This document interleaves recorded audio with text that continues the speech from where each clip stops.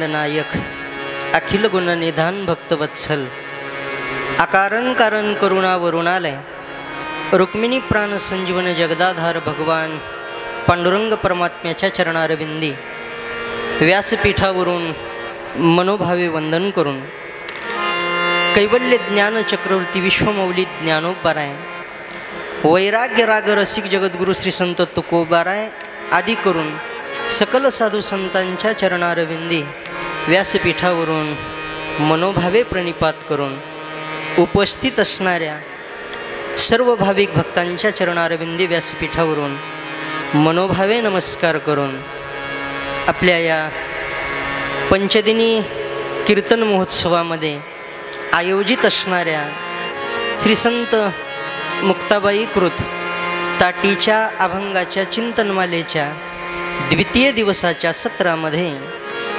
आपण सर्वजण उपस्थित आहोत. सर्व उपस्थित असणारी महाराज मंडळी सर्वांच्या चरणारविंदी नतमस्तक होतो. दुसरा दिवस आहे. काल आपण चिंतन बघत असताना या ताटीच्या अभंगाची जी पूर्वपीठिका आहे त्या पूर्वपीठिकेचा विचार बघितला काल. म्हणजे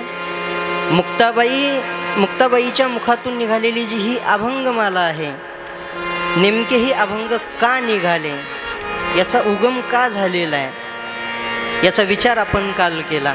त्यामध्ये एक दोन गोष्टी आपण प्रकर्षानं बघितल्या की ज्यामध्ये समाजाकडनं होणारा त्रास हा तो त्रास मनामध्ये थोडासा त्यात ठेवून ज्ञानोबाराय झोपडीचं दार लावून बसलेत. झोपडीचं दार लावून बसलेत असा एक विचार आपण केला. त्यामध्ये एक दोन प्रसंग आपण बघितले की ज्ञानोबारायाच्या झोळीमध्ये गावातील जी प्रतिष्ठित मंडळी आहेत त्यांनी मधुकरी मागून घराकडे परतत असताना जे काही मागून आणलेलं आहे, जी मधुकरी मिळालेली आहे, त्या मधुकरीमध्ये महाराज माती मिसळवली असा विचार आपण काल बघितला. वास्तविक ज्ञानोबारायाच्या मनामध्ये आता त्या काळामध्ये काय विचार त्यांच्या मनात निर्माण झाले असतील हे ज्ञानोबारायांनाच माहीत बरं का. ऐका, पण तुम्हाला द्यायचं नाही. ऐका बरं, काय आहे, तुम्हाला द्यायचं नाही, तुम्ही देऊ नका. पण एखाद्यानं जर दिलेलं असेल तर जे दिलेलं आहे त्याचा नाश करणं हा तुमचा त्या ठिकाणी अधिकार नाही. ऐका बरं, ज्यांनी जोड्यानं ते पीठ मातीमध्ये मिसळवलं त्यांनी दिलं होतं का? त्यांनी दिलेलं नव्हतं, पण दुसऱ्याने दिलेलं आहे.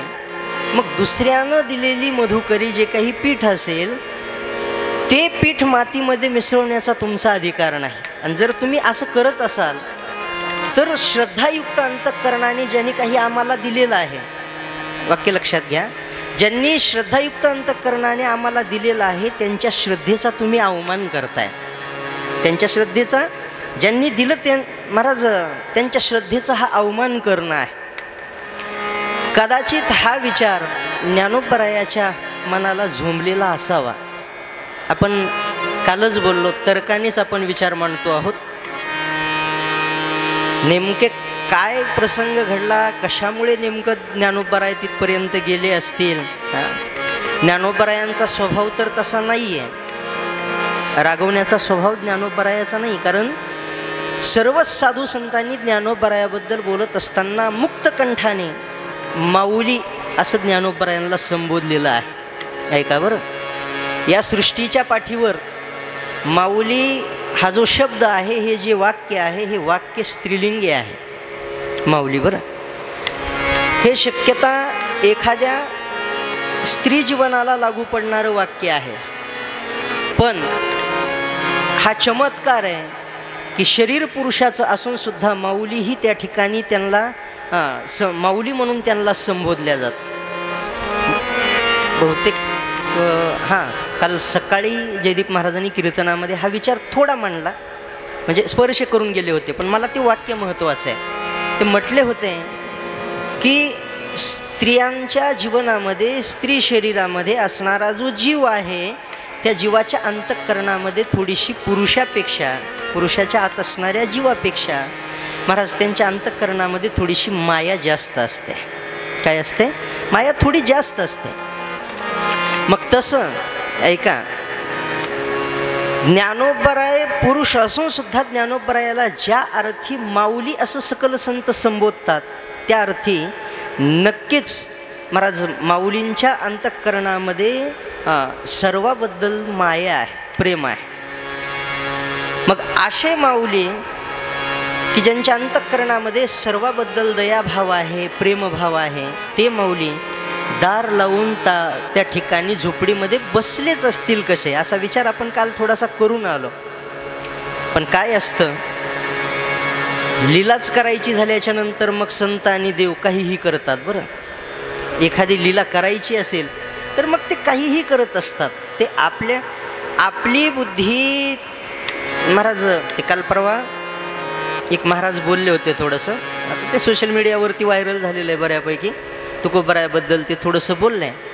त्यांना प्रत्युत्तर देत असताना श्रीगुरु छोटे माऊली कदम माऊली यांनी एक वाक्य उच्चारलं, ते फार गोड आहे. आदरणीय महेश महाराज माकणीकर यांनी सुद्धा ते वाक्य उच्चारलं आहे. काय ते म्हटले होते की आपल्या बुद्धीने संत जीवन आपणाला तोलता येत नाही. आपली बुद्धी तेवढी व्यापक नाही आहे की त्यांचं जीवन आपण त्या ठिकाणी त्याचं मोजमाप आपली बुद्धी करू शकत नाही. आपली बुद्धी अगदी सामान्य बुद्धी आहे. ऐका, आपल्या बुद्धीनं संत जीवन कधी त्या ठिकाणी मोजल्याच जाऊ शकत नाही. मग असं संत जीवन आहे. मी का बोललो की बाबा ज्ञानोबराय ताटी लावून बसलेत, त्याची कारणं पुष्कळ काय असतील ती, परंतु ज्ञानोबरायांनी ते जर निमित्त केलं नसतं तर आपणाला ही ताटीची अभंग मिळाली असती का? नसती मिळाली. कदाचित ही लीला करण्याच्या उद्देशानेच, किंवा मी काल बोलून गेलो आहे, ज्ञानोबराय सर्वांना माहीत आहे. तो काय केलं आहे ज्ञानोबरायांनी? ज्ञानोबरायांनी भिंत चालवली आहे. चमत्कार आहे, जगाचा स्वभाव आहे. बघा काय, जग चमत्काराला नमस्कार करतं. दशरथ महाराज, जग चमत्काराला नमस्कार करतं. मग ज्ञानोबरायांनी भिंत चालवलेली आहे, ज्ञानोबरायांनी रेडा बोलवलेला आहे, ज्ञानोबराय वाघावरती बसलेले आहेत, व्याघ्राचं आसन बनवलेलं आहे ज्ञानोबराय. ज्ञानोबरायांचं मोठेपण झालं आहे, मी कालही बोललो आहे. मग कदाचित ज्ञानोबरायाच्या मनामध्ये आपली छोटीशी असणारी जी बहीण आहे मुक्ताबाई, ती सुद्धा सामान्य नाही हे जगाला कळावं, हा भाव कदाचित ज्ञानोबरायाच्या मनामध्ये निर्माण झालेला असावा. एक लीला आपणही ते अंदाजच बांधतोय अजूनही. म्हणून करता ज्ञानोबराय कदाचित ताटी लावून बसले असतील. ऐका बरं, ताटी लावून बसलेले ज्ञानोबराय आतमध्ये आहेत. वास्तविक आता ते का बसले, मी फार दिवसापूर्वी, म्हणजे जवळजवळ माझ्या हिशोबाने मी आळंदीला होतो त्यावेळेस, ही 20 वर्षापूर्वीची गोष्ट आहे. त्यावेळेस श्रीगुरु चैतन्य महाराजांची तिथे प्रवचनमाला झालेली होती नाना आळंदीमध्ये, आणि तिथे विषय हा होता. मी त्यावेळेस ऐकलेला हा विचार आहे, आता 20 वर्षापूर्वी ऐकलेला आहे. आईसाहेब जसं सुचवतील तसं मी बोलणार आहे बरं का. मी यथार्थ सर्वच विषय मांडू शकेल. आणि वास्तविक मी सतत म्हणत असतो की संतांच्या मुखातनं बाहेर पडलेल्या वाङ्मयाचा यथार्थ विचार व्यक्त करणारा वक्ता अजून जन्माला आलेला नाही. तो जन्मालाच यायचा आहे बरं, कारण त्यांना नेमकं म्हणायचं आहे काय हे फक्त त्यांना देवालाच माहीत. पण तरीही परंपरेनं अधिकारी मंडळींनी जे काही भाव त्यातून व्यक्त केलेत, जसं सुचेल तेवढा आपण विचार मांडण्याचा प्रयत्न करणार आहोत. फार दिवसापूर्वी ऐकलेला आहे. मग तुम्ही म्हणाल एवढ्या दिवसापूर्वी ऐकलेलं त्यावर बोलावं असं का वाटलं? आता हे आम्ही बसूनच सर्व काय करायचं काय नाही नियोजन केलं आहे ना. दुसरा एखादा विषय निवडायचा की जो विषय तुम्ही सहज सुलभतेनं त्या ठिकाणी व्यक्त करू शकला असतात. आता हे मलाही थोडं कठीणच आहे, पण तरीही मी प्रयत्न करतो आहे थोडं. पण त्याचं कारण असं आहे, मी काल बोललो, आपण ज्या क्षेत्रावरती आहोत भलेही थोडंफार होऊ द्या कमी जास्त, परंतु आपण जर आईसाहेबांच्या दरबारामध्ये असो तर त्यांच्याच वाङ्मयावरती किंवा त्यांचा जो काही विचार आहे तोच थोडासा मांडावा. भलेही थोडं कमी होईल, जास्त होईल, 1.5 तास म्हणता 1 तास होईल, परंतु त्यांच्याच विचारावरती त्या ठिकाणी जे वाङ्मय आहे त्यावरती विचार व्हावा म्हणून करता ताटीचे अभंग हा विषय निवडला बरं का. वास्तविक हा विषय सांगण्यासाठी अभ्यास लागतो, चिंतन लागतं, बऱ्याच गोष्टी लागतात. जसं सुचेल तसं मी बोलणार आहे. असं वास्तविक मी काल थोडंसं बोलून आलो. प्रत्येकाच्या जीवनामध्ये कधी ना कधीतरी महाराज असं खेद निर्माण होतो, दुःख होतं बरं. मग दुःख झाल्याच्या नंतर आपल्या जीवनात सर्वात सोपा उपाय काय की प्रत्येकाने ताटी लावून बसलं पाहिजे.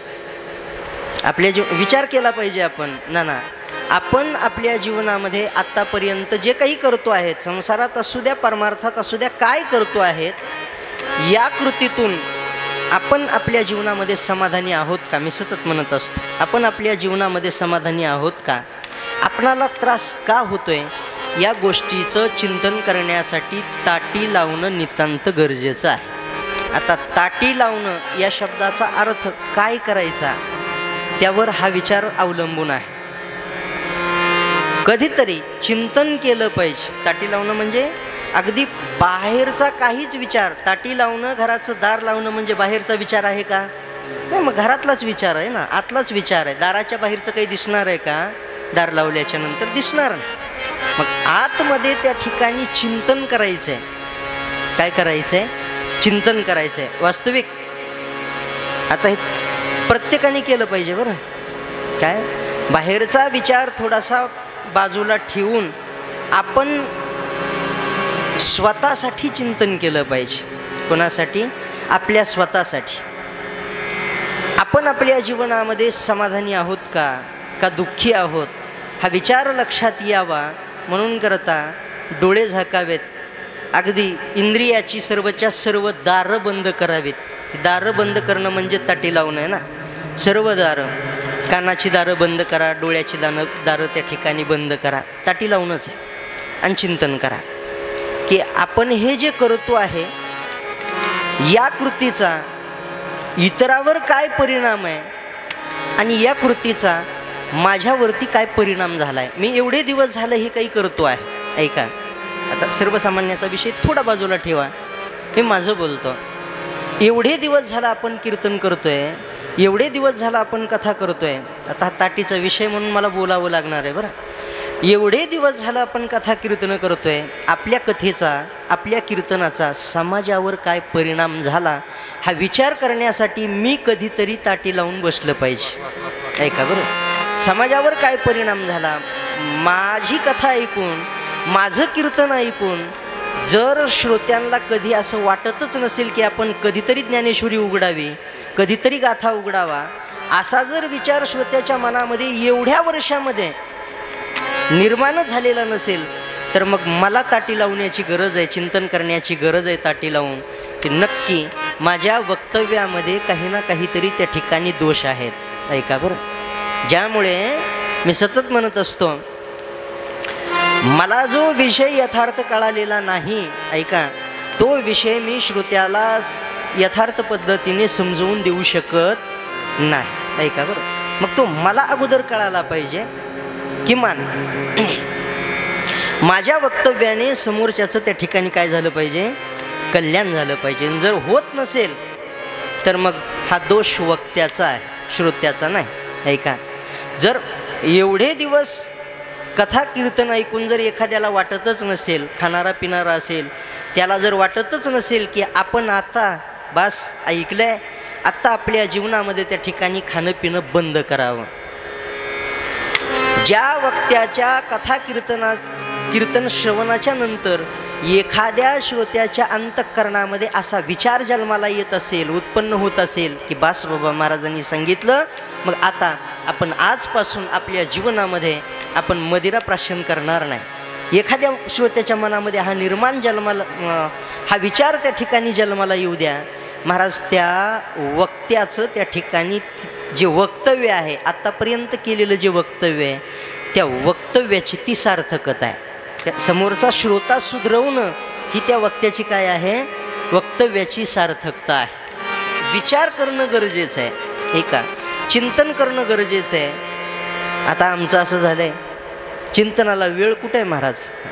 चिंतनाची वेळ कधी आहे गणेश महाराज माहिती आहे का? आता कथा करायची म्हटलं की आम्ही अर्धा तास अगोदर त्या ठिकाणी काय करतो, चिंतन करतो आहे. कीर्तन आज आहे म्हटलं याच्यानंतर एक जाता जाता प्रवासामध्ये काय करतो, आम्ही चिंतन करतो. वेळ कुठे आहे का? हां, कारण सकाळी एकीकडं संध्याकाळी एकीकडे काय कीर्तन, संध्याकाळी एकीकडे गुरुदेव चैतन्य महाराज म्हणून गेलेले होते, संध्याकाळी एकीकडे सकाळी एकीकडे. त्यात काही जण जर थोडंसं बोलण्याचं गाण्याचं कौशल्य असेल तर मग सकाळी एकीकडे, दुपारी एकीकडे, संध्याकाळी एकीकडे. राहिलेला जो वेळ असतो हां, तो वेळ पूर्ण प्रवासात असतो. ऐका, चिंतनाला वेळ कुठे आहे? मग दररोज आपण 3 गावं त्या ठिकाणी फिरतोय म्हणजे श्रोते आहेतच ना आपल्यासमोर. भलेही 50 असतील 100 असतील, आहेत की नाही? मग आहेत.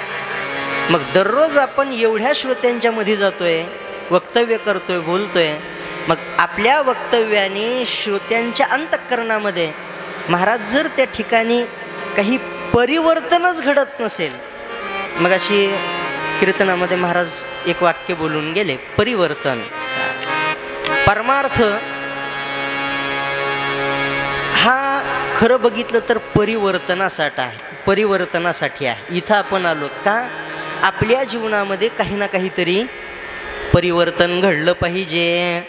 मग आता परिवर्तन घडलं पाहिजे म्हणजे नेमकं काय? आपल्याकडे जे काही अवगुण आहेत, दोष आहेत, त्यातून थोडंसं बाहेर पडता येतं का?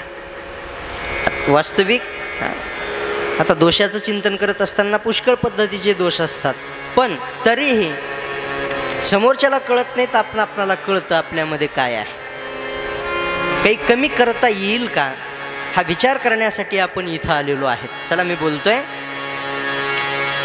मग ताटी लावणं त्या ठिकाणी नितांत गरजेचं आहे. कधी ना कधीतरी ताटी लावली पाहिजे, चिंतन केलं पाहिजे. म्हणून करता जगाला विसरून ज्ञानोबरायांनी दार लावलं आणि आतमध्ये जाऊन बसल्यात. निवृत्तीनाथ दादा आवाज देत आहेत, सोपान काका आवाज देत आहेत, निवृत्ती दादा म्हणतायत ज्ञाना दार उघड. परंतु ऐका, कान नावाचे दार ज्यांनी बंद केलेले आहेत त्याच्यापर्यंत ध्वनी पोहोचेल काय? पोहोचणार नाही. ज्याचे कान बंद झालेले आहेत त्याच्या पुढे किती जरी मोठ्याने आरडलं तरी जे काही वक्ता बोलतोय ते त्याला त्या ठिकाणी त्याच्यापर्यंत पोहोचेल का? त्याला त्याची जाणीव होईल का? होणार नाही.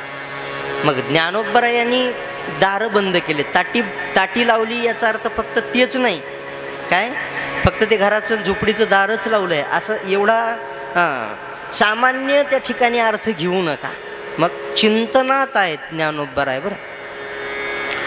ते घराचं तर दार लावलेलंच आहे, झोपडीचं दार लावलेलंच आहे, पण कसलंच आतून प्रतिउत्तर येत नाही. तेव्हा छोटीशी असणारी ही मुक्ताबाई, आता आपण म्हणतो छोटीशी मुक्ताबाई, पण यांचा अधिकार फार मोठा आहे. ऐका काय अधिकार आहे?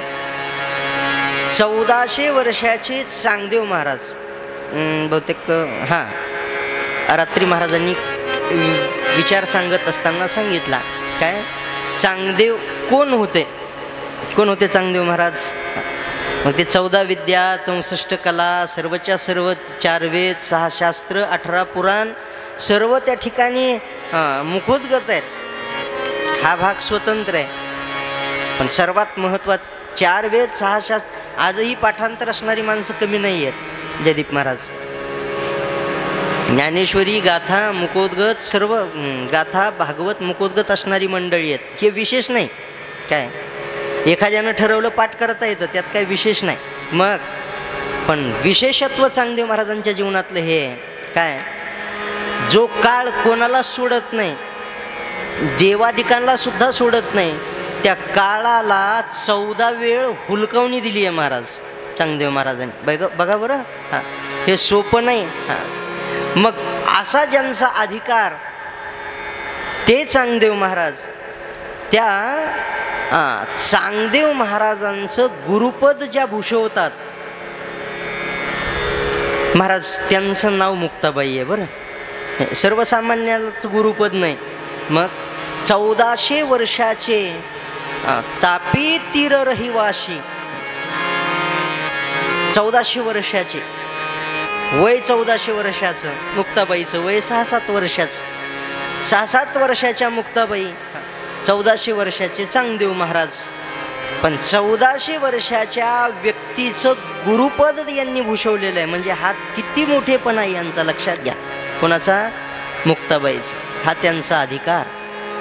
रात्री महाराजांनी मुक्तकंठाने सांगितलं की बाबा सर्व संतांनी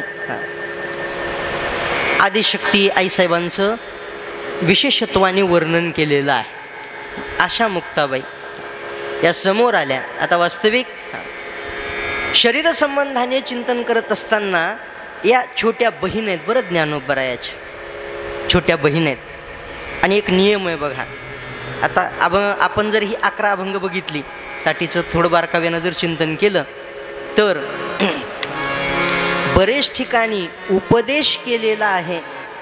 हा ज्ञानोबरायाला केलेला उपदेश आहे असं आपणाला जाणवतं. ऐका मायबाप, आज्ञा, आता ते 2-4 प्रकार आहेत. आज्ञा, अनुज्ञा, अभ्यर्थना आणि उपदेश.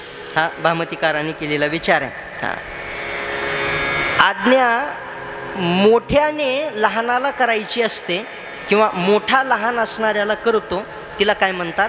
आज्ञा म्हणतात बरं. अनुज्ञा वेगळी, अभ्यर्थना वेगळी. आपणाला हे 2 मुद्दे महत्त्वाचे नाहीत. आता आपणाला 4था मुद्दा महत्त्वाचा आहे यातला, उपदेश. मोठ्याने लहानाला करायचा असतो त्याला काय म्हणतात? उपदेश म्हणतात. आणि मोठ्याने लहानाला करायची असते त्याला काय म्हणतात? आज्ञा म्हणतात. दोन्ही ठिकाणी आहे बरं. मोठ्याने लहानाला सांगणं याला आज्ञा म्हणतात आणि मोठ्याने लहानाला सांगणं याला काय म्हणतात? उपदेश म्हणतात. दोन्ही सारखंच झालं किंवा मग काका, दोन्ही सारखंच झालं. आज्ञा म्हणजे काय? मोठ्याने लहानाला सांगणं याला काय म्हणतात? आज्ञा.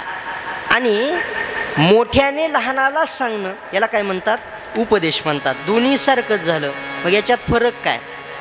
याच्यामध्ये फरक काय? ऐका, फरक असा आहे की आज्ञा करणारा जो व्यक्ती असतो आणि उपदेश करणारा जो व्यक्ती असतो, दोघेही मोठेच आहेत. पण महाराज, आज्ञा करणारा आज्ञा करून जातो, सांगून जातो, असं कर एखाद्या लहान व्यक्तीला, तू असं कर. पण उपदेश करणारा, उपदेशाचं हे तर विशेष आहे काय, की उपदेश करणारा जो उपदेशक आहे तो आपल्यापेक्षा लहान असणाऱ्याला उपदेश करतोय. पण तो उपदेश करत असताना त्याच्या अंतःकरणामध्ये समोरच्याचं कल्याण व्हावं, निहित कल्याण व्हावं, हा भाव ज्या बोलण्यात असतो त्या बोलण्याला काय म्हणतात? उपदेश असं म्हणतात. मुक्ताबाई वयाने लहान आहेत. मग लहान असणाऱ्याने मोठ्याला उपदेश करू नये. अमर महाराज, लहान असणाऱ्याने मोठ्याला उपदेश करू नये. फार फार ती अनुज्ञा असेल, अभ्यर्थना असेल, ऐका, पण तो उपदेश होत नाही, आज्ञा होत नाही. मग इथे मुक्ताबाई दिसायला लहान आहेत. ते बरेच वेळेला मी म्हणत असतो, काही माणसं दिसायला लहान असतात, पण त्यांची वैचारिक प्रगल्भता जर बघितली तर महाराज 100 वर्षाच्या वयोवृद्ध माणसाला सुद्धा त्या ठिकाणी थकीत करतील एवढी वैचारिक प्रगल्भता असते. काही छोटीच मुलं असतात बघा, पण विचाराने एवढी प्रगल्भ असतात. आणि काही माणसं अगदी 70, 80, 90 वर्षाचे असतात, पण काही कळत नाही. ऐका बरं, मग ते महाराज म्हणतात ना, फक्त वय वाढल्याने कोणी मोठा होत नसतो. फक्त वय वाढल्याने कोणी मोठा होत नसतो. विचाराची उंची किती मोठी आहे हे फार महत्त्वाचं आहे. विचार किती मोठे आहेत, विचार किती वाढलेले आहेत. ऐका, वयाच्या प्रबोधे विचार ज्या नाही आणि समान तो देही बालकाच्या. ऐका, तसं मुक्ताबाई वयाने दिसायला लहान आहेत. परमार्थामध्ये मगाशी महाराजांनी कीर्तनात बोलताना बोलून गेले की परमार्थामध्ये महाराज अधिकारावर मोठेपण त्या ठिकाणी मोजल्या जातं, वयावर नाही बरं. संसार वेगळा आहे. संसारामध्ये अगदी बळ प्रज्ञा विरोनी जाय, ते फार गमतीचे शब्द आहेत बरं. विरोनी जाय, काय काय? बळ प्रज्ञा, ज्याचं बल क्षीण होतं, प्रज्ञा नाम त्या ठिकाणी ज्ञान म्हणा, ज्याचं क्षीण होतं तयाचे नमस्कारी ती पाय वडील म्हणून. समाजामध्ये त्यांचे त्या ठिकाणी पाय धरतात माणसं की तुम्ही मोठे आहात, वडील आहात, श्रेष्ठ आहात. पण ऐका, परमार्थामध्ये वयाचं मोठेपण नाही, परमार्थामध्ये अनुभवाचं मोठेपण. मग मुक्ताबाई अधिकाराने फार मोठ्या आहेत. रात्री आपण बघितला तो विचार. म्हणून करता त्या ज्ञानोबरायांना सांगू शकतात, भलेही ज्ञानोबराय फार मोठे आहेत, पण तरीही मुक्ताबाईचाही अधिकार काही कमी नाही, म्हणून त्या सांगू शकतात. त्यांनी ज्ञानोबरायाला सांगायचंय, समजवायचंय. मग महाराज ज्ञानोबराय ते म्हणतात बघा, ज्ञानोबरायाबद्दल महाराजांनी वर्णन केलेलं आहे. ज्ञानराज माझे योग्याची मावली, ज्ञानराज माझी योग्याची मावली,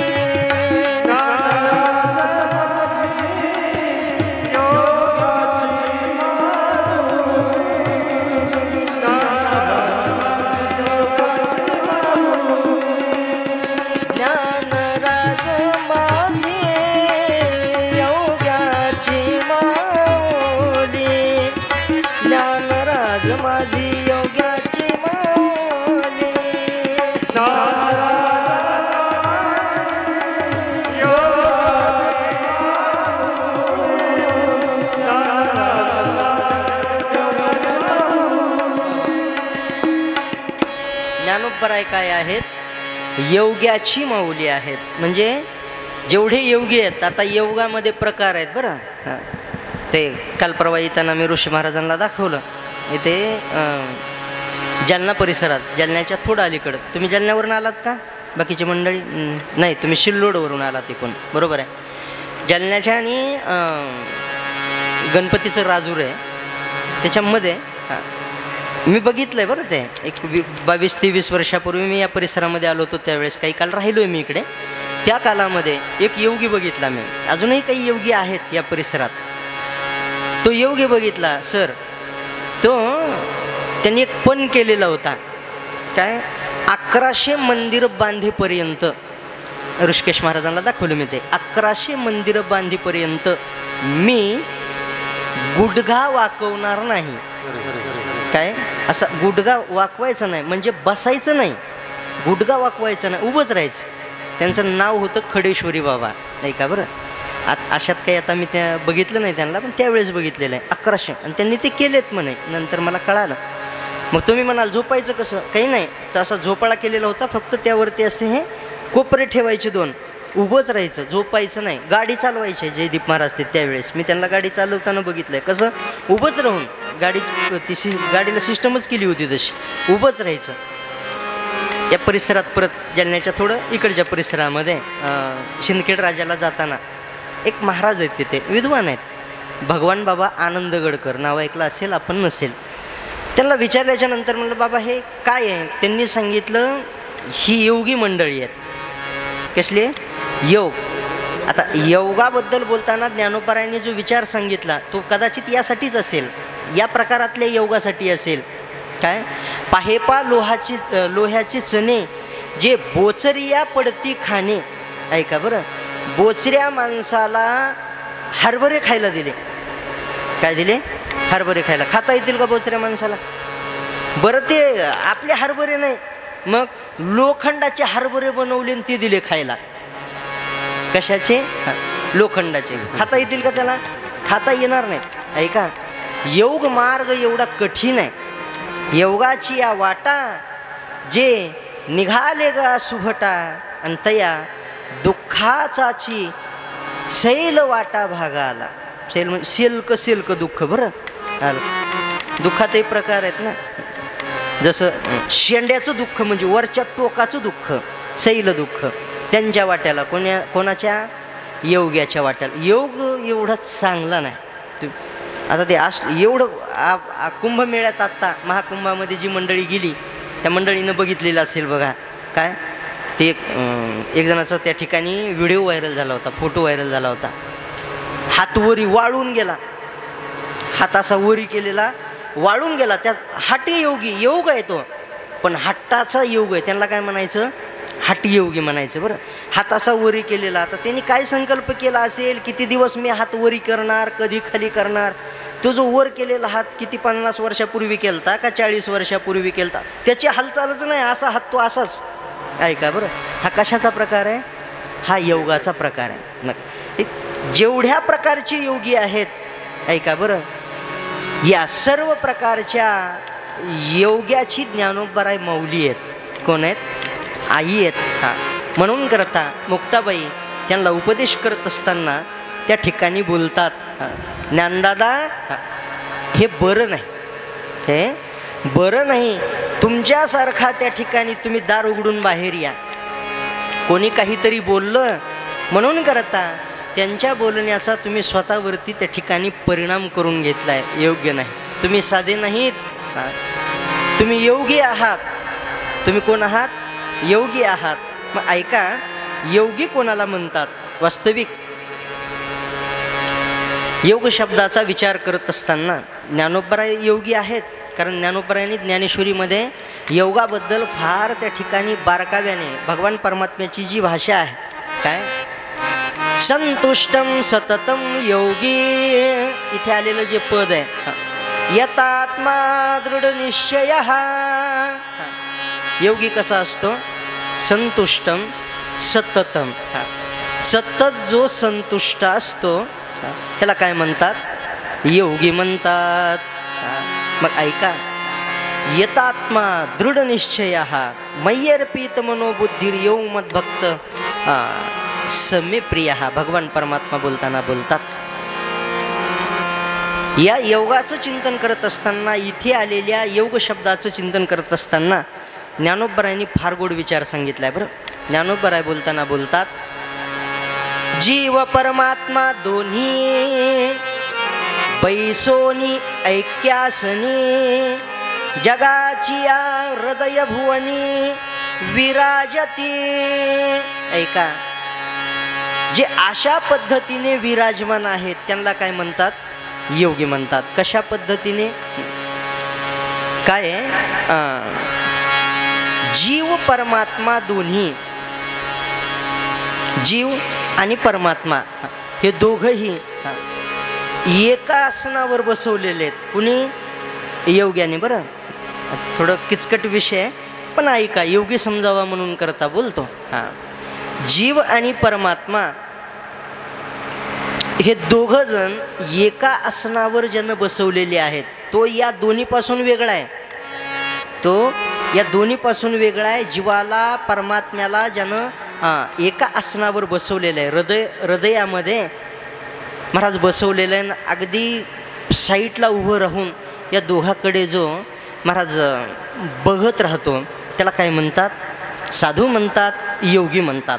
मग ऐका, ऐसा योग समृद्धी, अशा पद्धतीने, अशा योगाने जो समृद्ध आहे, अशा पद्धतीने या क्रियेने या अधिकारावर जो पोहोचलेला आहे त्याला काय म्हणतात, योगी म्हणतात.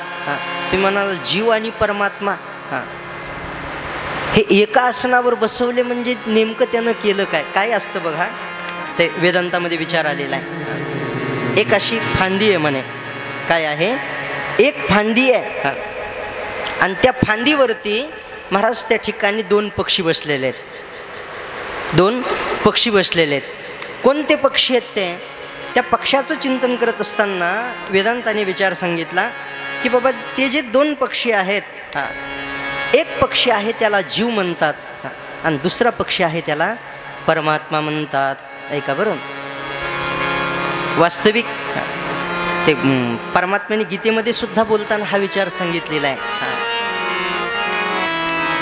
दोन पुरुष आहेत असा विचार सांगितला आहे त्यांनी. बरं, दोन पुरुष आहेत. वास्तविक हे जीवच आहेत, पण खरा जो पुरुष आहे तो वेगळा आहे. आत्मसंबंधाने चिंतन आहे. द्वाविमो पुरुषो लोके क्षरश्चाक्षर एव च. ऐका बरं, दोन पुरुष आहेत. एका पुरुषाचं नाव काय आहे? क्षर पुरुष. आणि दुसऱ्या पुरुषाचं नाव काय आहे? अक्षर पुरुष. आता हा अक्षर पुरुष म्हणजे कोण? हा परमात्मा धरा. काय? क्षर पुरुष म्हणजे जीवात्मा आणि अक्षर पुरुष म्हणजे परमात्मा. मग यांच्यापेक्षा एक वेगळा आहे, यांच्यापेक्षा एक वेगळा आहे. परमात्मा बोलताना बोलतात यांच्यापेक्षा जो वेगळा आहे ना तो कोण आहे? उत्तम पुरुषस्त्वन्यः परमात्मे तुदारतः. ऐका, यांच्यापेक्षा जो वेगळा आहे महाराज, तिथपर्यंत त्या ठिकाणी आपली चित्तवृत्ती ज्याने घेऊन गेलेला आहे असा तो योगी. मग तो काय करतो? काय ना, जीव असतो ना, जीव हा कर्मफलाचं समास्वादन करत असतो. जीव ऐका बरं, सर्वसामान्य जीव. आणि परमात्मा जो असतो का त्या जीवाकडे बघत राहतो. परमात्मा फक्त बघत राहतो. भगवान परमात्म्याने जीवाला कर्म करण्याचं स्वातंत्र्य दिलेलं आहे. ऐका, जीव कर्म करू शकतो, काही करू शकतो महाराज. काय बंधन आहे का? नाही. इथेच आलं पाहिजे असं काही बंधन आहे का कोणावर? दुसरीकडे आहेत की बऱ्याच जागा, तिथेही जाताच येतं की महाराज. जीव जाऊ शकतो, स्वतंत्रता आहे जीवाकडे. भगवान परमात्मा फक्त दुरून बघत असतो. नेमका हा काय करतोय? मंदिरात जातोय का जाऊ नये तिथे जातोय? फक्त बघतो, तो सांगत नाही. ऐका, कर्म करणं जीवाचं काम आहे. भगवान परमात्मा बघत राहतो. मग जीवाला परमात्म्याला जाणून, जीव आणि परमात्मा यांना जाणून महाराज जो वेगळा राहतो त्यांना काय म्हणतात? योगी म्हणतात. मग त्या योगाचं चिंतन करत असताना अगदी ज्ञानोबरायाबद्दल बोलताना ज्ञानोबरायांनी ज्ञानेश्वरीमध्ये केलेलं जे वर्णन आहे की योगाची अतिउच्च टोकाची अवस्था कुठले? समाधीपर्यंत पोहोचणे योगाच्या माध्यमातून. योग आहे. योग या शब्दाचा सरळ सरळ अर्थ होतो योग म्हणजे जोडणे. योग शब्दाचा अर्थ काय? जोडणे. ते म्हणतात बघा आपल्याकडे काय काय योगा योग आहे, जोडणे. काहीतरी जीवनामध्ये नवीन काहीतरी जोडणे याला काय म्हणतात? योग म्हणतात. योग. मग तसं सर्व असणारे जे योगी आहेत या योग्याचे ज्ञानोबराय माऊली आहेत. माऊली आहेत बरं, योग्याची माऊली. मुक्ताबाई त्या ज्ञानोबरायाला उपदेश करत असताना म्हणतात, माऊली तुम्ही योगी आहात, पण इतर योग्यापेक्षा ज्ञानोबरायांचं वेगळे पण लक्षात यावं म्हणून करता एक विशेषण दिलं आहे, गोड विशेषण. काय? पावन. तुम्ही योगी आहात, पण कसे योगी आहात? पावन योगी आहात. योगी पावन मनाचा, योगी पावन मनाचा,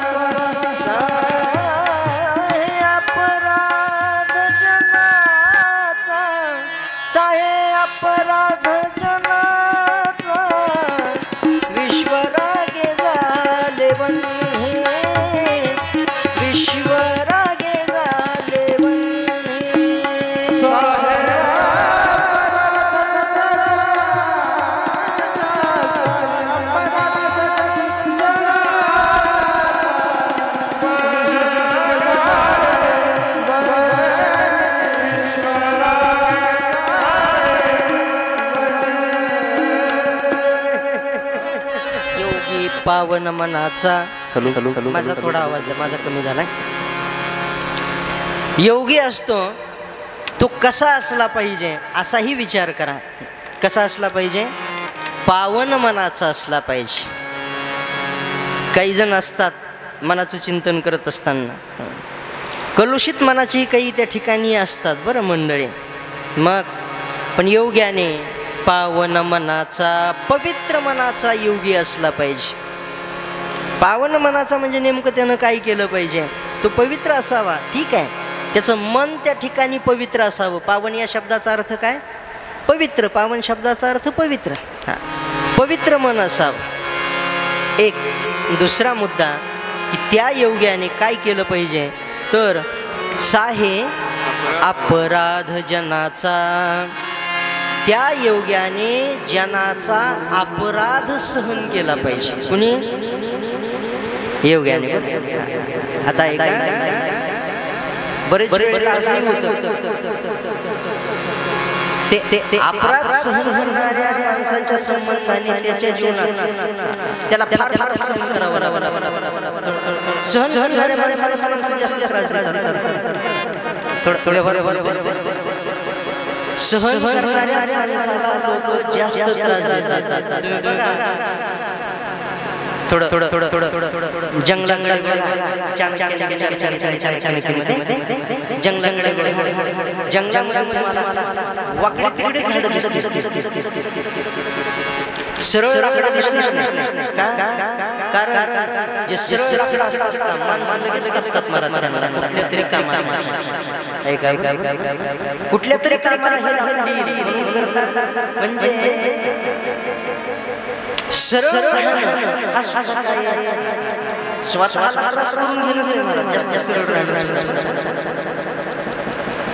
त्रास जगाचा स्वभाव काय सरळ मऊ कोपराने तसं एखादा सहन करायला लागला त्याला फार सहन करावं लागतं. हा जीवाचा काय आहे, स्वभाव आहे. पण योगी आहे त्यानं काय केलं पाहिजे, सहन केलं पाहिजे. सहन केलं पाहिजे. योगी कोणाला म्हणतात ऐका बरं. आता योगाचं चिंतन करत असताना त्याच्यामध्ये अष्टांग योगाचा विचार आहे. कशाचा, अष्टांग योगाचा विचार आहे. त्या अष्टांग योगामध्ये अगदी त्या ठिकाणी जीव ब्रह्म ऐक्य हा एक विचार की या ठिकाणी जीव आणि ब्रह्माचं ऐक्य होतं. त्यांचा योग्य म्हणजे परमात्मा आणि जीवात्मा हे जोडले जातात, एक होतात. कशाने, योगाने. पण हे फार कठीण आहे, सोपं नाही. म्हणून साधू संतांना सांगावं लागलं काय, भक्तिपंथ बहु सोपा, योग मार्गापेक्षा भक्तिपंथ फार सोपा. मग आता योगाचे 8 अंग आहेत, त्याला अष्टांग योग म्हणतात. कोणते आहेत, योगाचं चिंतन करत असताना 8 अंगाचं चिंतन करत असताना यमो नियम प्राणायाम प्रत्याहारो धारणा समाधयो अष्टांगांच. नियम महाराज आसन, प्राणायाम, प्रत्याहार, ध्यान आणि समाधी. समाधीचं चिंतन करत असताना सविकल्प समाधी वेगळी आणि निर्विकल्प समाधी वेगळी. आता वास्तविक एका गुणाचं जर आपण चिंतन करायला गेलो, त्याच्यामध्ये यम कशाला म्हणतात, यम म्हणजे तू माणसाला घेऊन जातो तो यम नाही बरं. या योग शब्दाचं चिंतन करत असताना इथं आलेला जो त्या ठिकाणी यम शब्द आहे, नियम, आसन, यातला जो यम शब्द आहे, या यम शब्दाचा अर्थ काय, योग्याकडे हे सर्व असतं.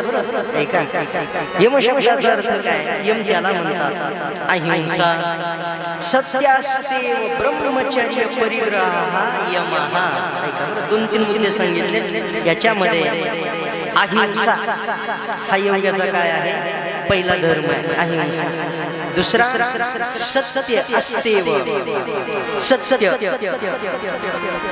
तिसरा आहे ब्रह्मचर्य, काय ब्रह्मचर्य. आणि अपरिग्रह की परिग्रह करायचा नाही. एका एकाचं बारकावेनं चिंतन तुम्ही करू शकता.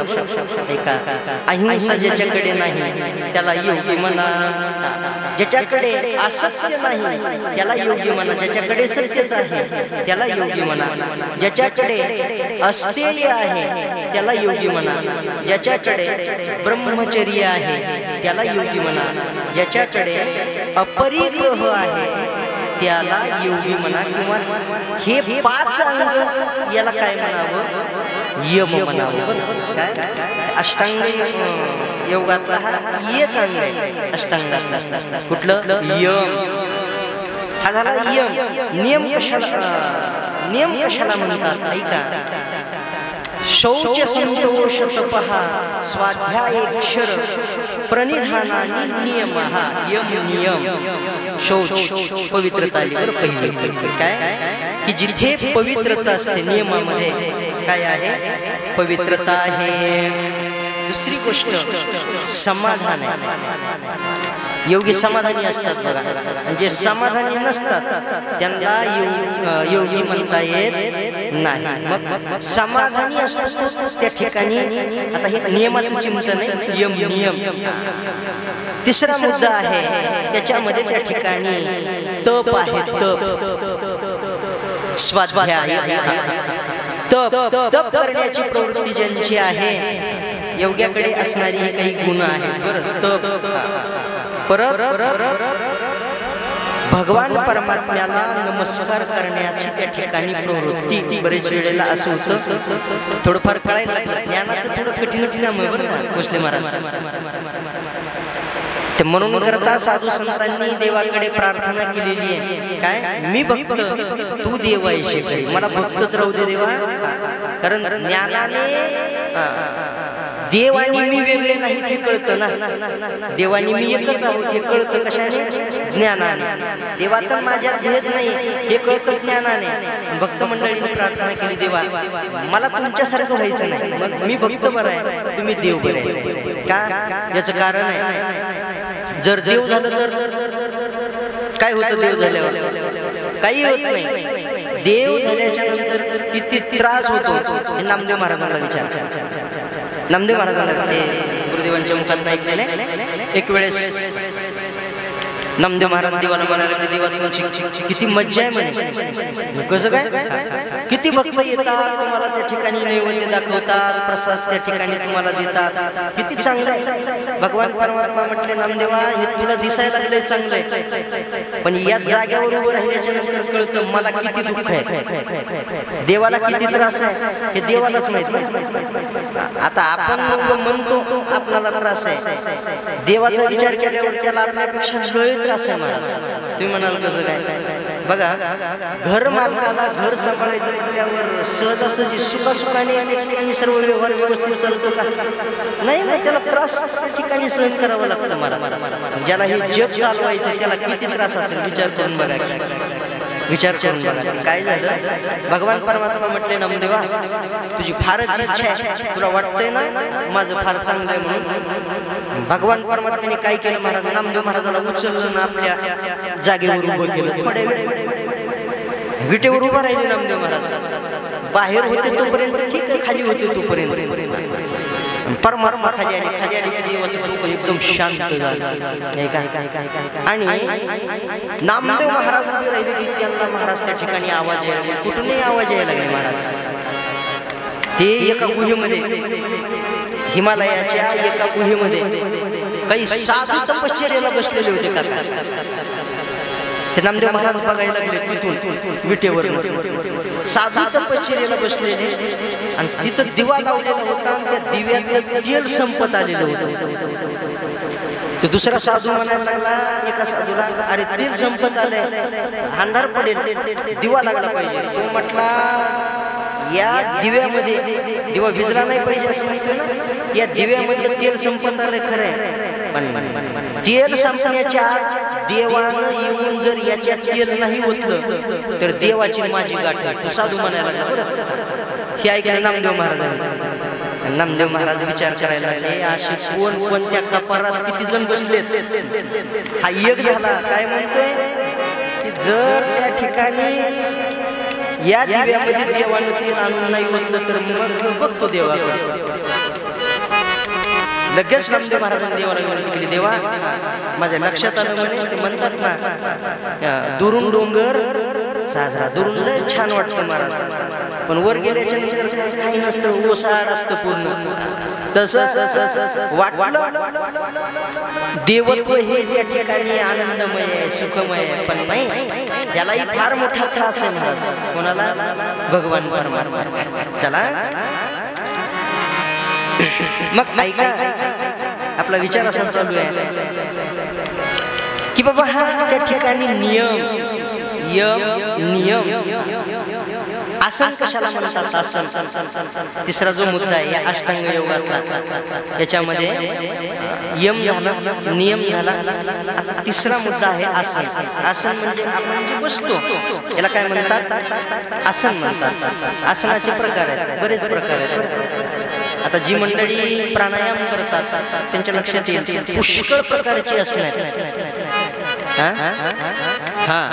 मग एवढी आसनं आहेत, पण खरं आसन कशाला म्हणतात? ऐका, स्थिर सुखम आसनम.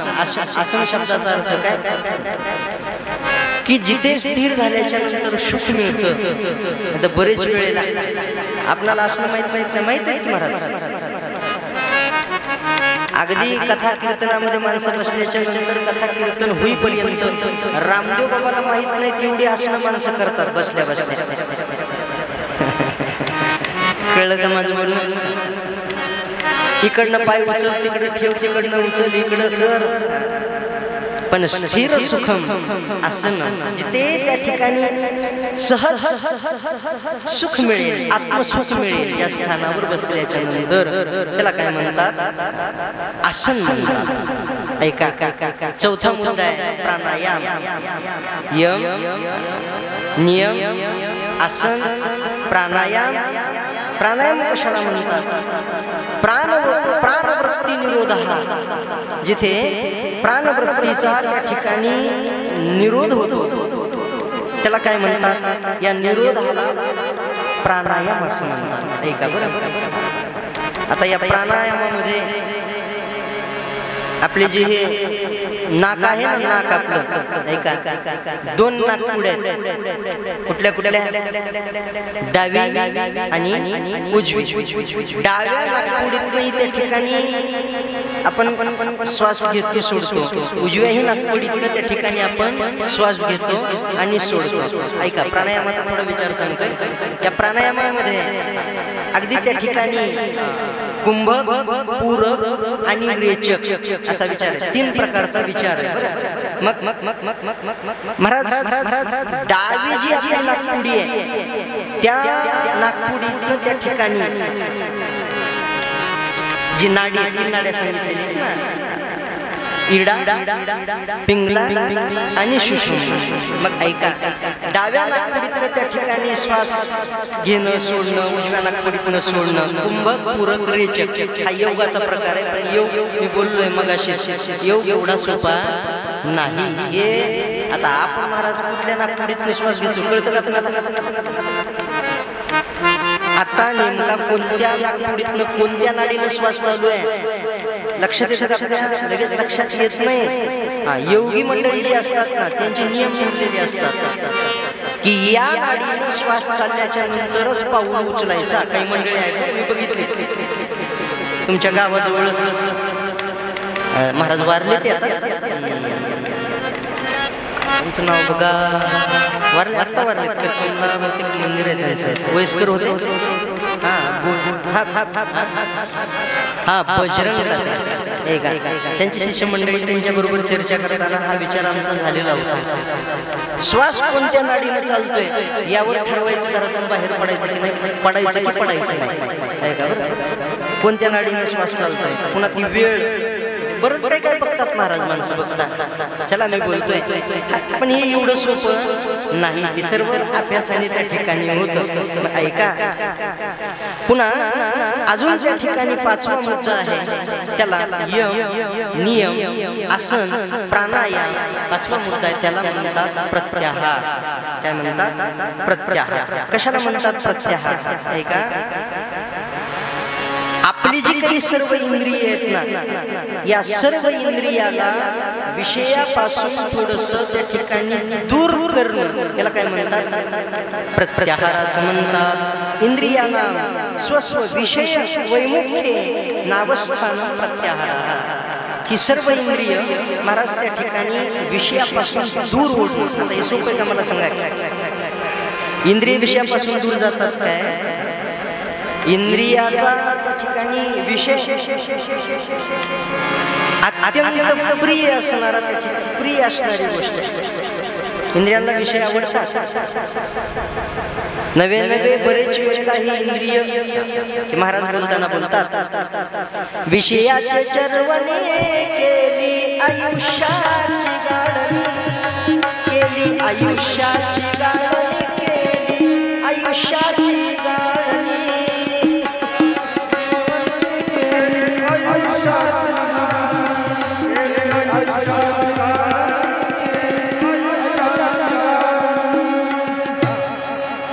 प्रत्येकाच्या जीवनाचा विचार आहे, हा कोणी एकट्याचा नाही. काय विषयाचं सेवन करण्यामध्ये आयुष्याची त्या ठिकाणी गाळण झाली. गाळणी या शब्दाचा अर्थ तुमच्याकडे म्हणतात का? गाळणी कशाला म्हणतात? मी तुमच्याकडे ऐकलं नाही, तिकडे गणेश महाराज शब्द ऐकला नाही. गाळणी माहिती कशाला म्हणतात? हा, चहाची जी असते ज्यातनं चालल्या जातात त्याला काय म्हणतात? गाळणी म्हणतात. तसं हा, विषयाची चरवणी केली आयुष्याची गाळणी. आयुष्याची त्या ठिकाणी काय झाली? गाळण झाली. मग या इंद्रियांना विषयापासून त्या ठिकाणी दूर ओढणं याला काय म्हणतात? प्रत्याहार असं म्हणतात. मग ऐका, प्रत्याहारानंतर 6व्या क्रमांकाला एक अंग आहे योगाचं, त्याला म्हणतात धारणा. काय म्हणतात? धारणा. आता धारणा कशाला म्हणतात? ऐका, हे जे चित्त आहे, देहबंध चित्तस्य धारणा, देहाबद्दल असणारा जो बंध आहे, चित्तानं जी त्या ठिकाणी धारणा केलेली आहे, काय? देहाचा बंध. मी देहाबद्दल त्या ठिकाणी आपण म्हणतो ना, वास्तविक हा देह सुद्धा काय आहे? एक बंध आहे. बरं, बंध ते म्हणतात ना, या देहाला जीवाने माझं म्हटल्यामुळे हा जीव बंधामध्ये अडकलाय. वास्तविक जीव बंध आहे का? जीव बंध नाही. जीव कसा आहे? मुक्त होता परी बळी झाला बद्ध. कसा होता? मुक्त होता पण बद्ध झाला, म्हणजे बंधनात अडकला. कशामुळे? माझं म्हणायला लागला. देहाला काय म्हणायला लागला? शरीर माझं. माणसं म्हणतात माझं शरीर, माझं शरीर हा बंध आहे. ऐका, हा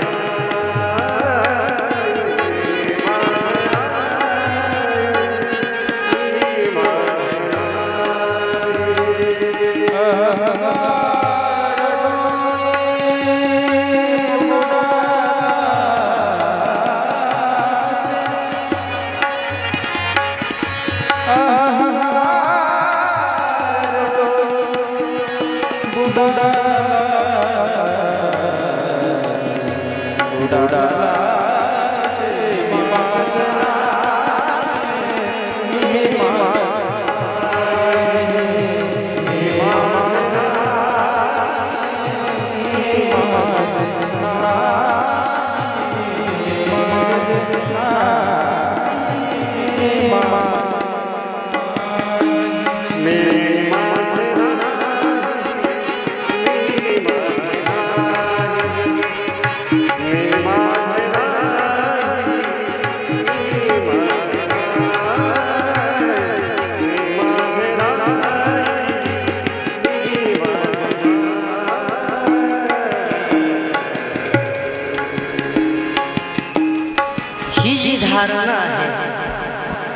मी माझे नाही, ऐका, अहंकार डोही उडाला से जीवाचं त्या ठिकाणी चिंतन करत असताना मग हा जो बंध आहे, हा बंध त्या ठिकाणी तुटणं, देहबंध चित्तस्य धारणा, देहाच्या बंधनाची चित्ताने केलेली धारणा, ऐका.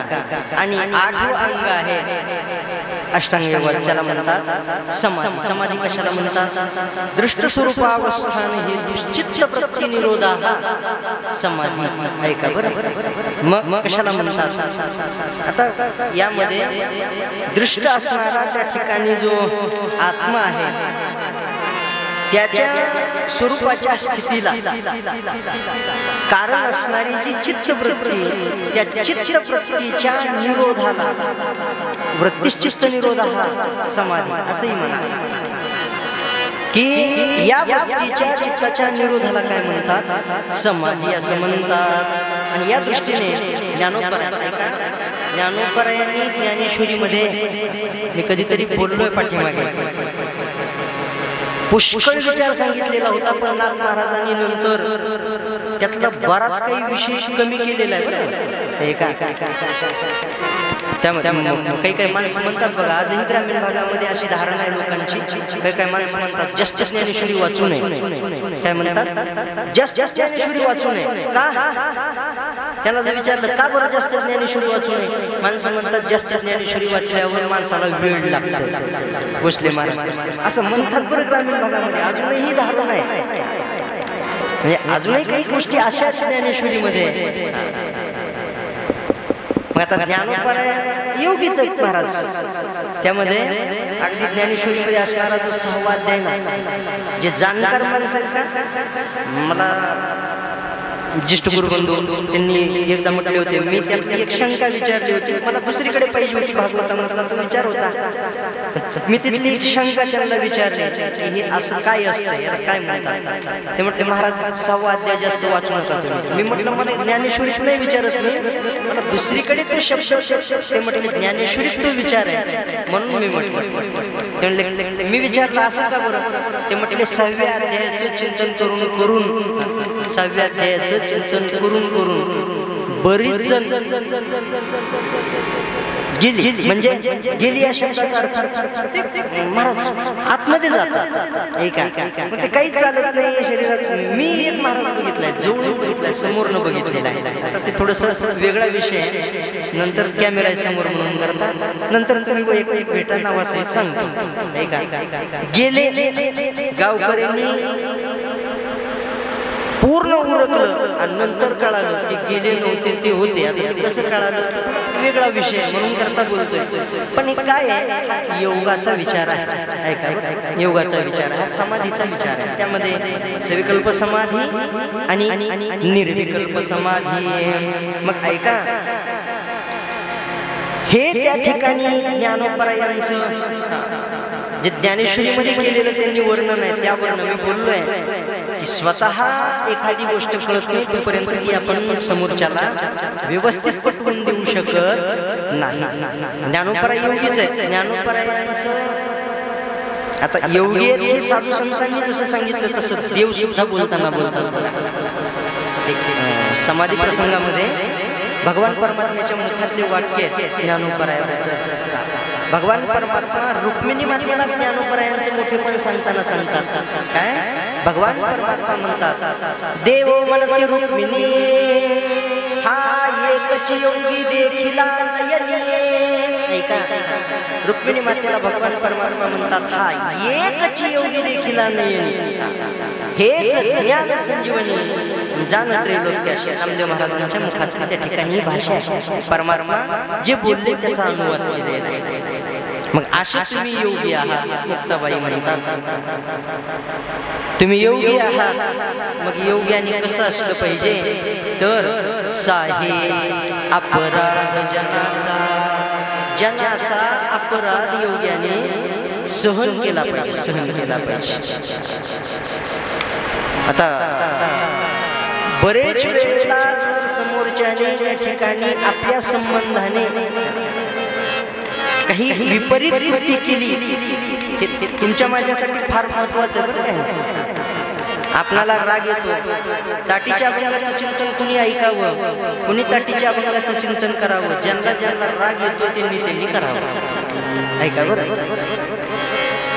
आता तुम्हाला येत नसला तर तुम्ही करू नका बाबा. तुम्हाला राग जर येत नसला तर राग येतो नाही, राग येतो. मग ऐका, मुक्ताबाई ज्ञानोबरायांना बोलताना बोलतात, दादा हे विश्व असंच आहे, विश्व असंच आहे. महाराज काही जरी केलं तरी लोक काहीतरी म्हणणारच आहेत, काहीतरी म्हणणारच आहेत. गणेश महाराज तुम्ही कितीही चांगला कार्यक्रम करा, काही ना काहीतरी न्यू काढणार. इथं हे पाहिजे होतं एवढं तरी म्हणणार. म्हणजे हा लोकांचा स्वभाव आहे. मी कार्यक्रमाबद्दलच बोलतोय असं नाही, जीवनाचं आपण बारकाव्यानं चिंतन करा. तुम्ही चांगलं किती जरी वागला तरी महाराज कुठे ना कुठेतरी लोक दोष काढणार, म्हणजे काढणारच आहेत, नावं ठेवणारच आहेत. हा जगाचा स्वभावच आहे. मग शहाणा जो आहे त्यानं काय केलं पाहिजे माहिती? एखादा बोलायला लागला, समजा आपला बोलायला लागला, मुक्ताबाई ज्ञानोबरायांना बोलतात, दादा हे जगच असे. पण एखादा आपल्याला शिव्या द्यायला लागला, बोलायला लागला, बडबड त्या ठिकाणी बोलतोय, नको नको ते बोलायला लागला. समजा समोरचा मला बोलायला लागला आणि महाराज आता मी ते ऐकल्याच्या नंतर मी जर त्याच्या बोलण्याला प्रत्युत्तर दिलं तर महाराज ते जे बोलणं आहे ते थांबेल की वाढेल? काय होईल? थांबणार नाही, वाढेल. तुम्ही म्हणाल कसं काय? कारण प्रत्युत्तर आलं की मग पुन्हा समोरच्याला त्या ठिकाणी अजून तो बोलणारच. जसं मग समोरच्याचा राग शांत करायचा असेल तर सर्वात सोपा उपाय काय? त्याला काय बोलायचं ते बोलू द्यायचं, आपण गप ऐकून घ्यायचं. सोपा उपाय. ते म्हणाल कसं काय? काय झालं उदाहरण सांगतात. एक सुनाच्या सासवाची एका घरी सारखेच भांडणं व्हायचे महाराज. आता हे असतं पण आला विषय म्हणून करता सांगतात, सारखे भांडणं व्हायची. एका साधूकडे गेली ती म्हणायला लागली, महाराज काय करावं, किती जरी चांगलं वागलं तरीही सासू काही ना काहीतरी म्हणतेच, सारखी भांडणं होतातच. आमची भांडणं अगदी विकोपाला गेली जातात, आमचा संसार टिकतो की नाही काही कळत नाही. मग काहीतरी उपाय सांगा. साधू महाराज म्हटले, माझ्याकडे औषध आहे, माझ्याकडे औषध. ते म्हटले, मग मला द्या. तू म्हणे काही अडचण नाही. आतमध्ये गेले, एक अशी एवढी डब्बी भरून घेऊन आले औषधाची डब्बी भरलेली. आले तिच्या हातामध्ये त्या ठिकाणी औषधाची डब्बी ठेवली आणि ठेवून तिला सांगितलं, हे बघ बाई, पथ्य पाळावी लागतील तर औषधाचा प्रभाव दिसेल, परिणाम दिसेल. ती म्हटली, हो ते म्हणे काही अडचण नाही, पण भांडणं नाही झाली पाहिजे म्हणतं महाराज माझी सासूची. महाराज म्हटले, अजिबातच होणार नाही. काय करायचं? काही नाही, सासून बोलायला. मी गमतीने म्हणत असतो, पूर्वी सासूरवास होता महाराज सुनांना, व्यवस्थित खायला. जुन्या माता मावल्या त्यांच्या लक्षात येते, खायला सुद्धा व्यवस्थित त्या ठिकाणी नसायचं, मिळत नसायचं, झाकू झाकू ठेवल्या जायचं सासूकडनं. अशा घटना होत्या. मग ते प्रेमळ असणारे पती चोरून आपल्या आईला त्या ठिकाणी चोरून आपल्या पत्नीसाठी ठेवायचे. जुनं ऐकलंय बऱ्याच जणांकडे, असं होतं, सासूरवास होता जुन्या काळात. आता सासूरवास नाही, आता सुनवास आहे, सुनवास. पूर्वी सुनाला सासूच्या धाकात राहावं लागत होतं, आता महाराज सासूला सुनाच्या धाकात राहावं लागतंय. जर आपलं काही चुकलं तर कदाचित सुन काय म्हणते काय म्हणते, जेवणाची पंचायत होईल का असं म्हणायचं का तुम्हाला? चला मग ऐका. महाराजांनी सांगितलेलं, सासू कशावर तरी बोलणार काय काय. सकाळी उठून झाडून काढणं, थोडा कचरा राहिला तर राहतो महाराज राहिला की हे शिकवलं का? ते काय आहे मी सतत म्हणत असतो, त्यांना काही म्हणलं तर ऐकून घेतात, पण त्यांच्या मायबापाला जर कोणी बोललं सहन होत नाही महाराज. आणि नेमकं असंच म्हणण्यात येतं सासूकडनं, हेच शिकवलं का त्यांनी, तुझ्या माईनं हेच शिकवलं का, आईनं असं शिकवलं का, मग ते जमत नाही, मग पेटतच जातं महाराज. तसं सासूनं सांगितलं काही नाही, सासूनं बोलायला सुरुवात केली की काय करायचं, हे औषध घ्यायचं म्हणे, पण आट आहे, पिऊन टाकायचं नाही, तोंडात धरून ठेवायचं. कुठपर्यंत सासू बोलणं बंद करत नाही तोपर्यंत.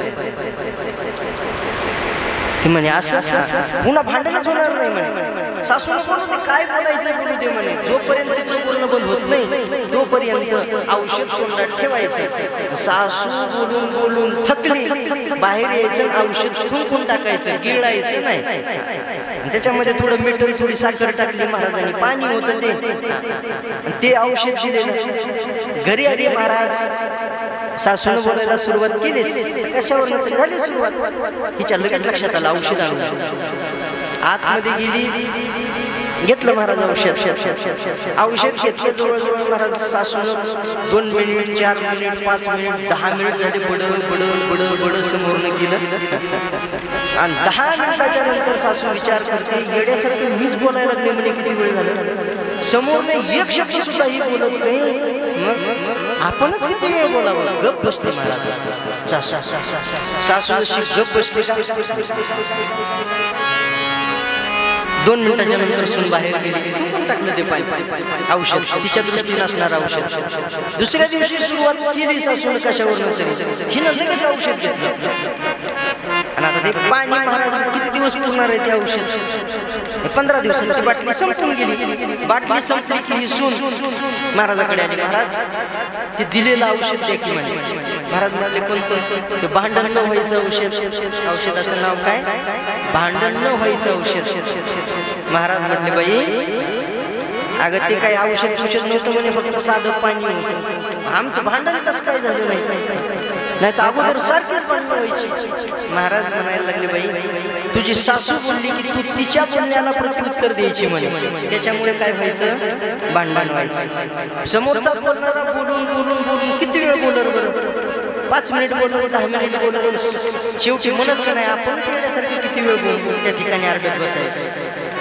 तसं मुक्ताबाई म्हणतात की जग हे बोलणारच आहे, काय बोलायचं बोलू द्यायचं, काय बोलायचं त्याला बोलू द्यायचं, कधीतरी शांत होईलच, शांत होतच की महाराज कधी ना कधीतरी. या उदाहरणासारखा अजूनही थोडासा विचार आहे, थोडासा म्हणजे बराच विचार आहे, त्याचा विचार पण उद्या बघणार आहोत. आज पुरतं थांब. हरी